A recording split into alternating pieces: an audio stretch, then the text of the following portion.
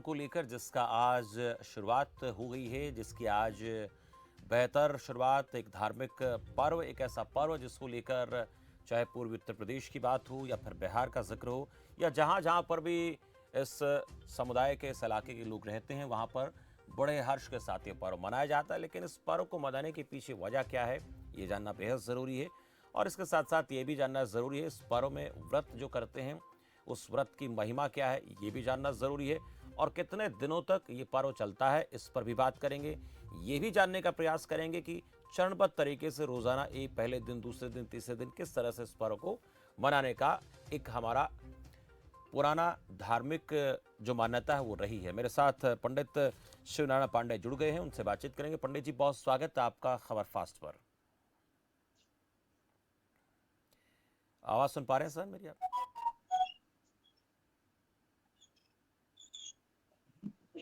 चलिए, मुझे लगता है उन तक आवाज़ नहीं पहुंच पा रही है, दोबारा से हम जुड़ने का प्रयास करेंगे। आज इस पर्व का आगाज़ हो गया है। देश भर में कई जगहों पर इस त्यौहार को बड़े हर्ष के साथ मनाया जाता है।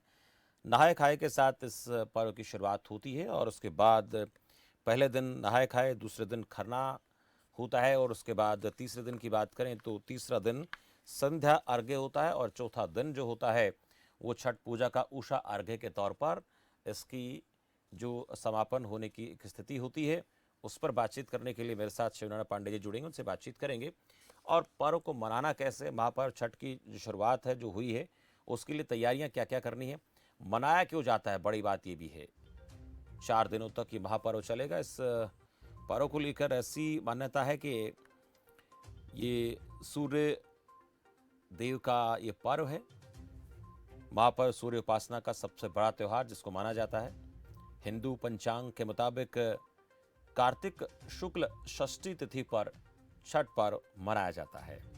भगवान सूर्य के साथ छठी माई की भी इसमें पूजा अर्चना की जाती है, उपासना की जाती है। विधि विधान के साथ ये पूजा अर्चना होती है। छठी माई को सूर्य देव की बहन कहा जाता है और मान्यता है कि छठ का त्यौहार जो व्रत है, संतान प्राप्ति की कामना इसमें होती है।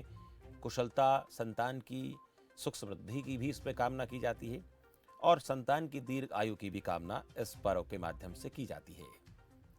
नहाए खाए से इस पर्व की शुरुआत हो जाती है और षष्ठी तिथि को छठ व्रत की पूजा, व्रत और डूबते सूरज को अर्घ्य के बाद अगले दिन सप्तमी को उगते सूर्य को जल देकर प्रणाम करने के बाद इस व्रत का समापन होता है। छठ महापर्व की शुरुआत नहाए खाए से आपको थोड़ी सी जानकारी हम दें। इसकी तिथि की जहां तक बात आती है तो 28 अक्टूबर यानी आज इसका पहला दिन है।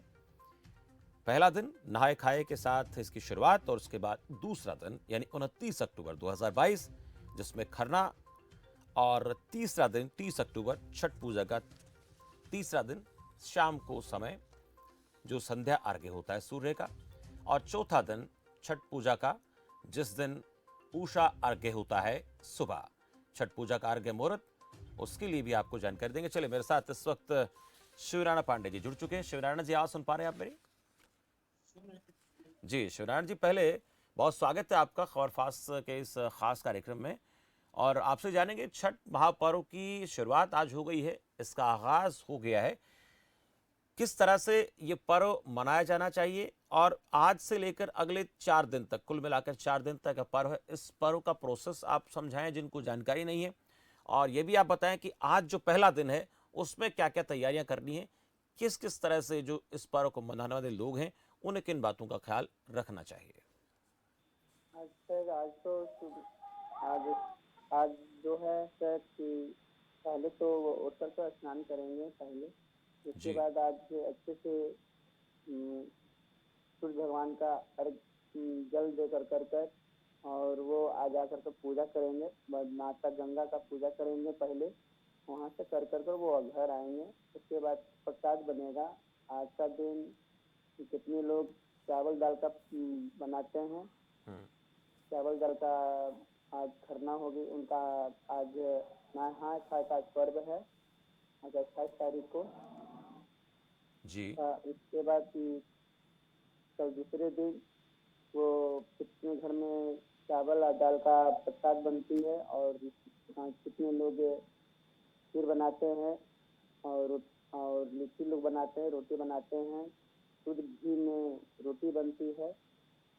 और किसी के घर में मतलब उस दिन रोटी नहीं बनेगी, सब लोग अपने घर में चावल खाएंगे और सब लोग, और जो पर्व करेंगे उनके घर में खीर से रोटी बनेगी। जी। अगर इस पर्व की मनाने की जो बात हम करें, क्यों मनाया जाता है, इसके पीछे क्या है कारण? और जैसे सूर्य देव की उपासना का पर्व इसे माना जाता है, इसको लेकर क्या मान्यता है? सर ये सूर्य जो हैं, ये कर्ण भगवान सूर्य के प्रिय भक्त हैं। उन्होंने बहुत से दिन पानी में खड़े रह कर सूर्य को अर्घ्य दिए, वो महायुद्धा कहलाएं सूर्य भगवान। और ये जो पर्व है सर, जो छठ पर्व मनाई जाती है, परंपरा शुरू हुई है इस संदर्भ में अनुष्ठित हुई। मान्यता के अनुसार जब राम सीता 14 साल के वनवास के बाद अयोध्या लौटे थे, तब रावण ने वध के पाप से मुक्त होने के लिए उन्होंने ऋषि मुनि के आदेश से राज सूर्य यज्ञ करने का फैसला किया। हम्म। इस पर्व में किन किन बातों का ख्याल रखना चाहिए? खाने पीने को लेकर क्या सावधानी रखनी चाहिए? और जो व्रत करने वाले लोग हैं उन्हें किन बातों का ध्यान रखना चाहिए? इसमें उस दिन शुद्ध हाँ, वातावरण होनी चाहिए, लहसुन प्याज ये सब नहीं खानी चाहिए। और ये जो भी खाने जो बनती हैं सर, नहा खर का वो पूजा आती खाना बनानी चाहिए शुद्ध से। वो कितने लोग घी से पूजा करती हैं, कितने लोग घी के अनुसार अपना खाना वाना बनता है सर शुद्ध से। जी, चलिए, बहुत शुक्रिया शिवनारायण पांडे जी हमसे बातचीत के लिए। तो आज छठ पर्व की शुरुआत हो गई है, इसको लेकर शिवनारायण जी हमें जानकारी दे रहे थे कि इस पर्व को हमें कैसे मनाना है, किन किन बातों का ख्याल रखना है, खान पान का जिक्र हम कर रहे हैं। और आज से इसकी शुरुआत हुई है और ये अगले आज को मिलाकर 4 दिन तक चलेगा। आगे